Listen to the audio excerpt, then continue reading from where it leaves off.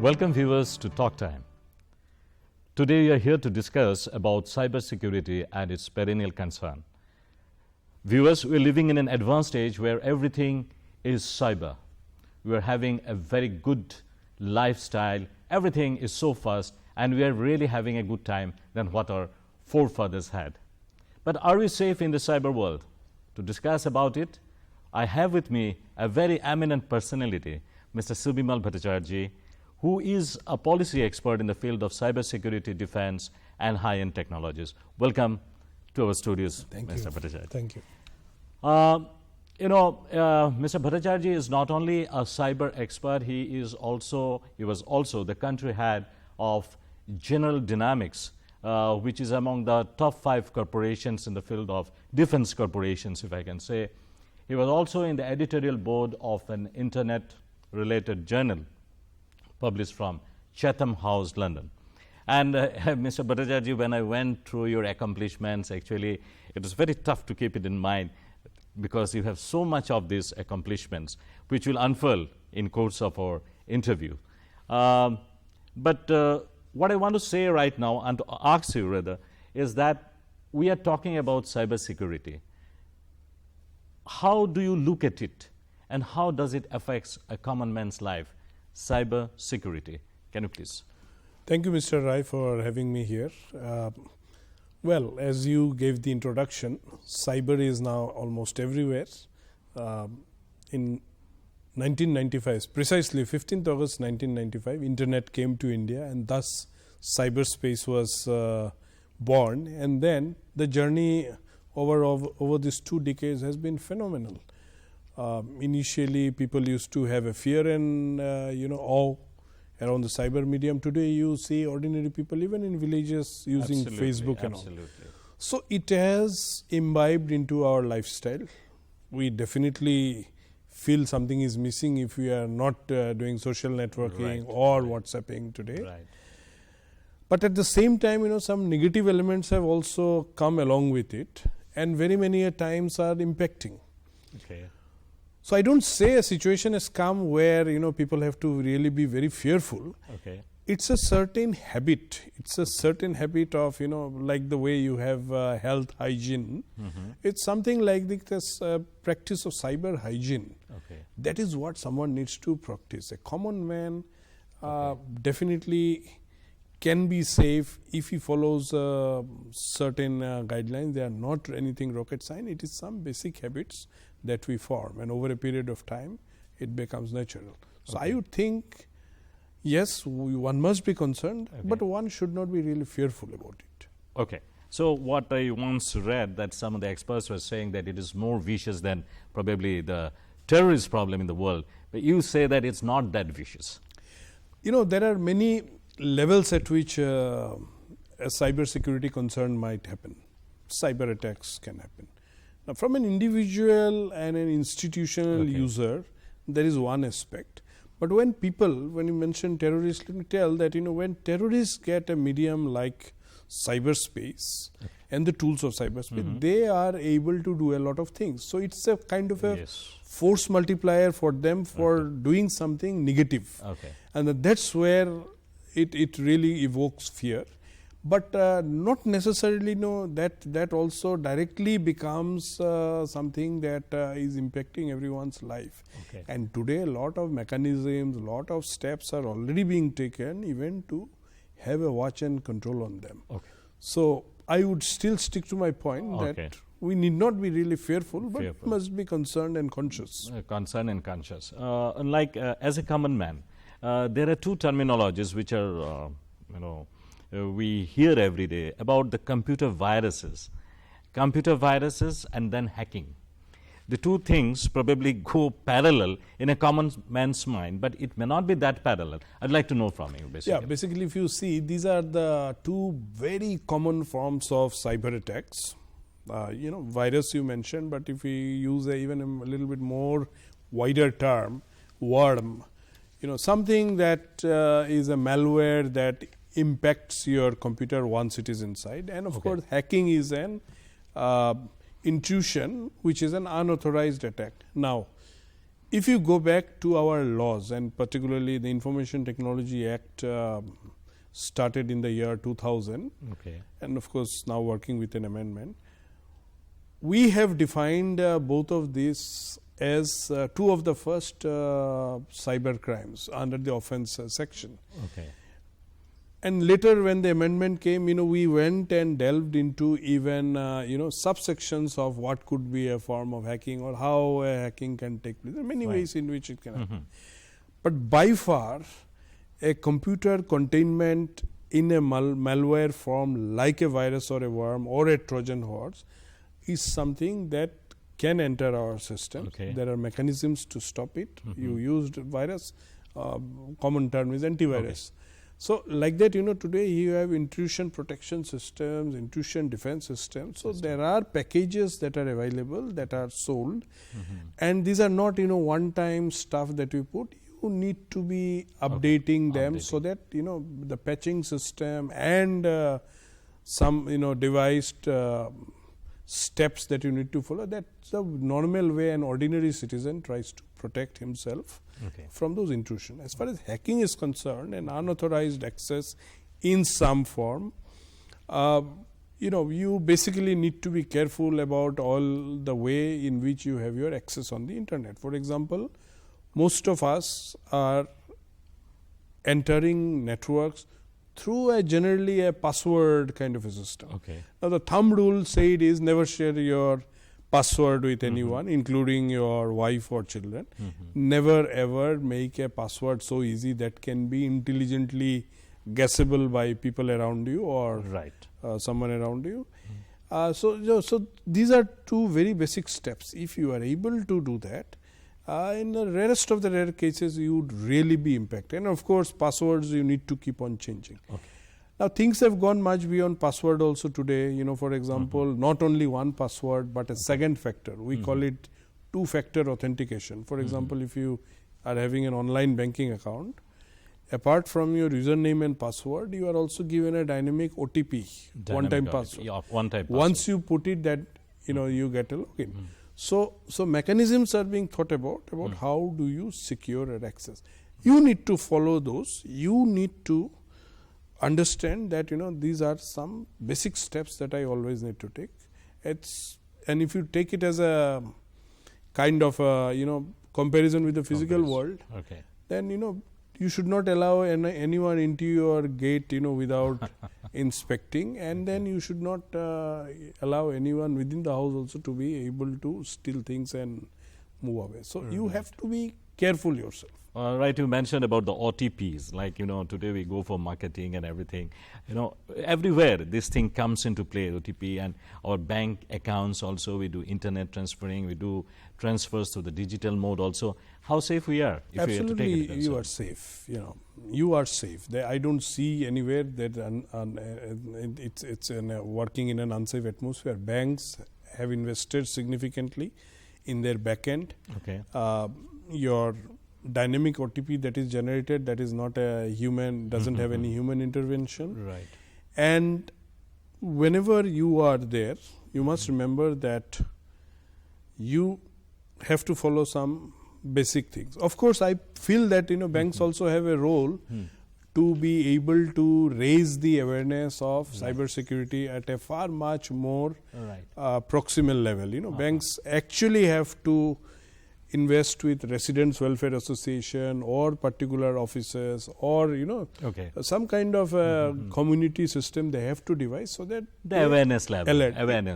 It is something like in every cigarette box you will see cigarette smoking is injurious to health. Absolutely, the statutory warning. Yeah, now still somebody would smoke in spite of the statutory of the warning and in spite of knowing it might harm him. And there would be many who by seeing that would remind it, let me not take it. It's something like this. If you are reminded again and again that this is it, never trust an outsider, never try to give your information away to anyone who asks you. So you follow those basic things, I think you would be safe. You want to say that one should be very particular about what bank accounts, the statutory warnings about what do's and do nots. That's what I define as a cyber hygiene. You follow a certain That's a very nice you follow terminology, cyber hygiene. I would like to ask you about another thing which is comes we sometimes come across, which is basically called ethical hacking.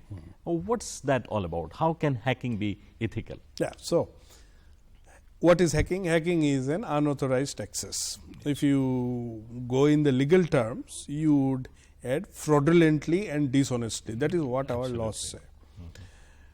Now, there are good hackers, bad hackers. So, by and large, the good hackers are considered as the ethical hackers. Ethical hackers what? That there are many times, many networks, you actually need to be testing, you need to be seeing what is the vulnerability of that network to attacks. So, there are many individuals, computer trained guys who are able to go and test the networks and generally they do it under a harmonized and defined environment. So, these are the guys who are the ethical hackers, and in a system where just like in the physical world, if you take the police and the criminals, both are there. Police generally chases the criminals. So, but you need the police also, absolutely. And he also sometimes tries to lay traps on the same way that the criminals also do. So, it's something like that. The ethical hackers and the dark forces, the other hackers, they also almost work with the same tools, but for a different purpose. For different purpose. Okay. Now, when we look back on a little bit on a broader domain, there is a term called state-sponsored hacking, or maybe spying through the computer gateway, through the digital platform. How serious is that, and what that basically leads to? See, what cyberspace enables is that geography becomes a kind of a non-entity. You sitting here can hack someone in Azerbaijan, and you would have used a network in China or say in Argentina or something, and you would have reached there. So the reach is at it's just a mouse or a click away, and that's what we say. Now, as far as the non-state actors are concerned, various countries, various rogue nations, and even I would say even nations whom you wouldn't suspect to be doing some kind of a cyber intrusion often involve individuals and non-state actors to be doing some kind of cyber attack. The fear is there, the threat is there. There are many instances that actually have been reported, and our neighbor Pakistan is notorious for that. Even many Chinese intrusions in our networks have also happened.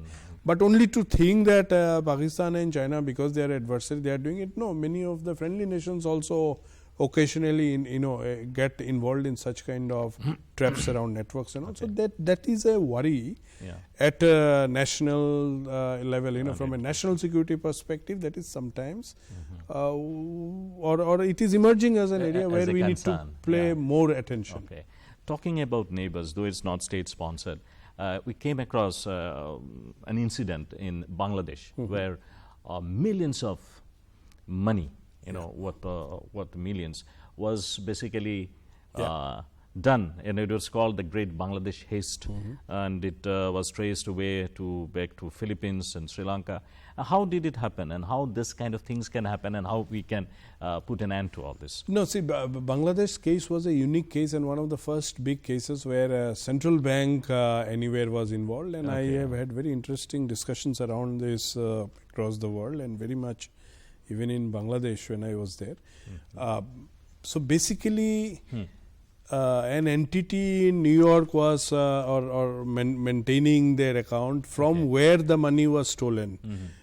So all the points of your connect, all the relationships, all the, we call them the service level agreements, all of them that are defined, they have to be foolproof. There has to be checks and balances. And the case is a very unique case because ultimately lot of the money actually came from the Malaysians. It went to the Malaysian network. So these things are happening, which actually is now being discussed and taken up. The Global Commission on Internet Governance is seized of much of these matters. And one thing you must know as also the viewers, that if you look from a global perspective, what are some of the global factors that you think? For example, nuclear, for example, space, or if you look at both maybe of medical, them, even medical, financial, of course, and even the telecom networks. All of them have an international arrangement and a body to look at it. Look at the nuclear, you have the IAEA, in telecom you have the ITU. So it is regulating a certain activity. Cyberspace, that is not there. And cyberspace, I don't see in another 10 years also something like this will come up. It's very, very difficult because the number of stakeholders are so much. So if you look at it in every other institution or area, space, nuclear and all, you have a multilateral kind of an approach where nations speak to each other and define and regulate. Absolutely. Here this is a multi-stakeholder approach where apart from the country, even lawyers, the computer companies, the other entities, the education institution, everyone is a stakeholder in the process. So it's a very much complicated atmosphere to control, and hence kind of global regime to manage it has still not emerged. There is no common acceptable law that you say that if a hacking happens in India and the hacker is from China, immediately action should be taken. There is no global binding law. The uniform law. So an effort is being made on many directions. That first you look at the criminal part, the individual part, the institutional part, the national security part, the global security. All of that is happening, but no conclusion has happened.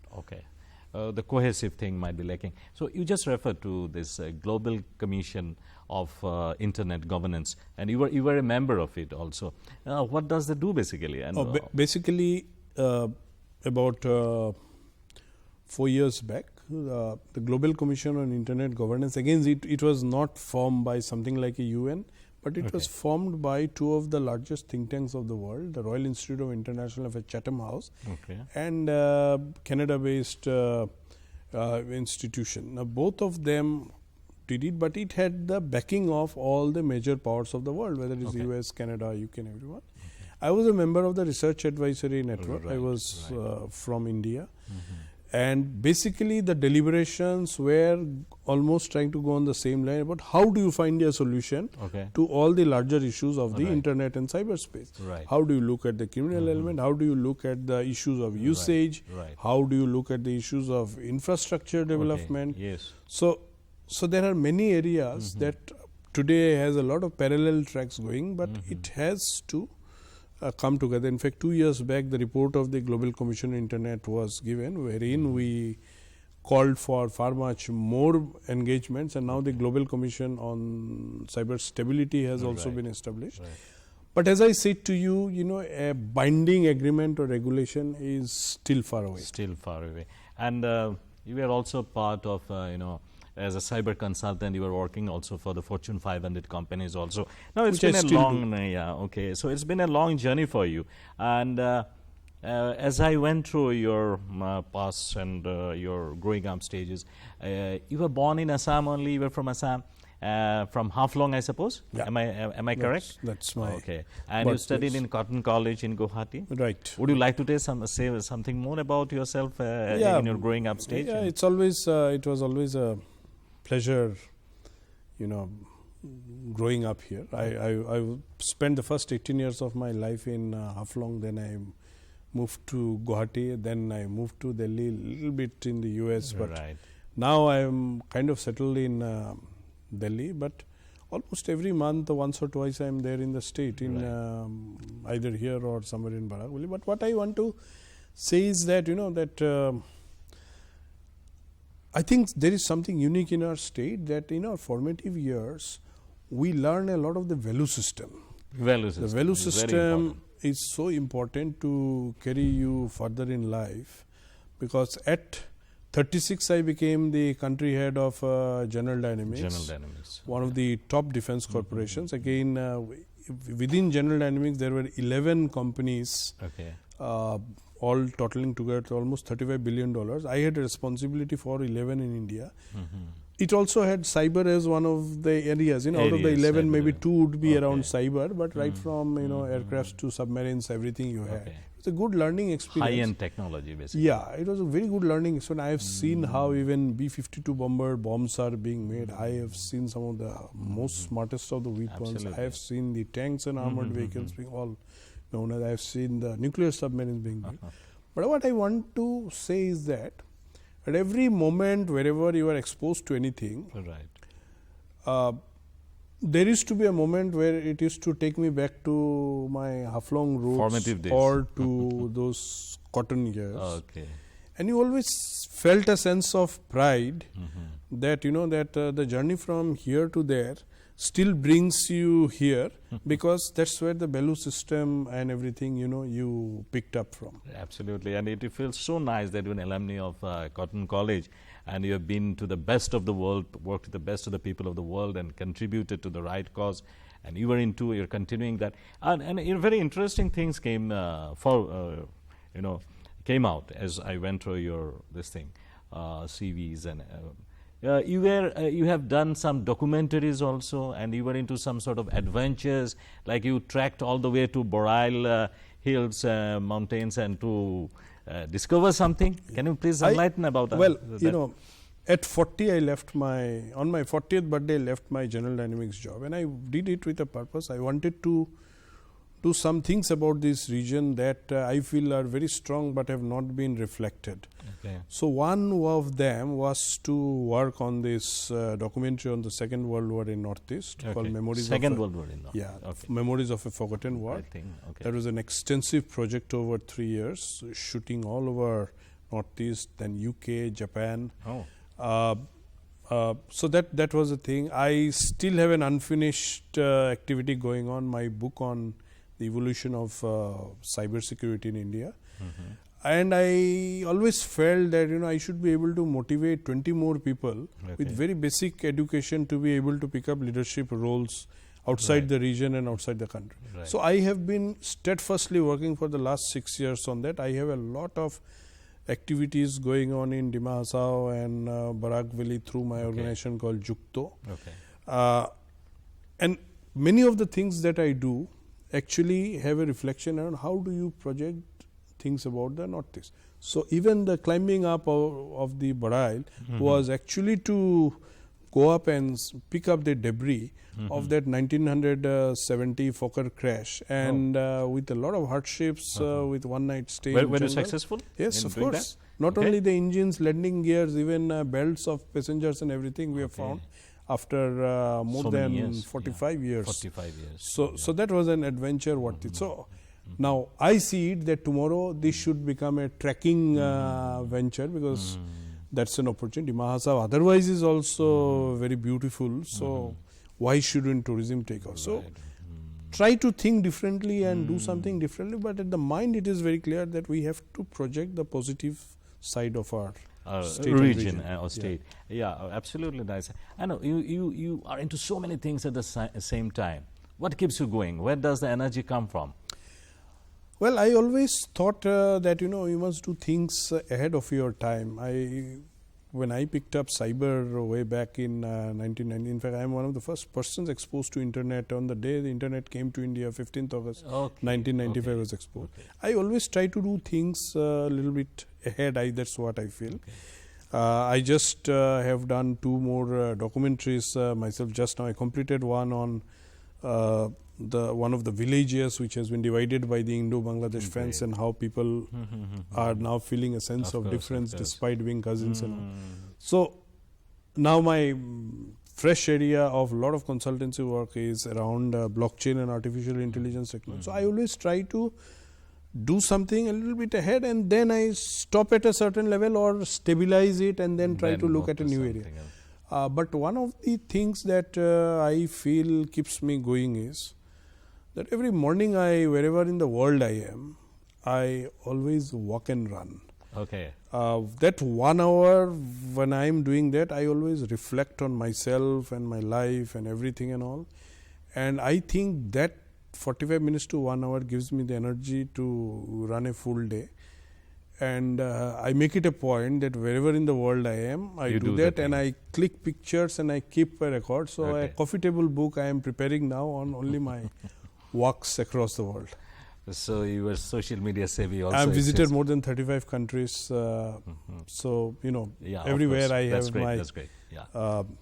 morning walks featured besides all the Indian towns and cities. Okay. So, we come to know a lot about you, and it's always nice to know about a person who has done so much in the international standard, in the international arena from all part of the world. It gives us a great feeling.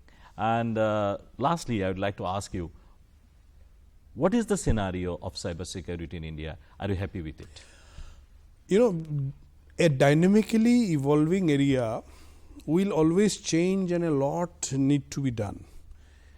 But every step that we take in trying to remain in charge, in trying to remain in control, that is a motive for a dynamic network. I think we are doing well. We can always do well. We need to pump in more resources. We need to have a focused attention on being a proactive security provider. I think the manpower and the strength in this country is tremendous. Okay. I think we can do. Even the Assam police in this state really does good work on cyber. So I would think that the opportunity would always be there to remain ahead of the curve. Okay. So it was absolutely a pleasure talking with you, Mr. Bhattacharya. Thank you. And viewers, I hope that you have immensely benefited from the various views on cybersecurity that Mr. Bhattacharya had to say. And also, we got motivated by a personality like him who has made it great in the international arena coming from all parts of the world. So viewers, till we meet again in some other program of Talk Time, goodbye and take care.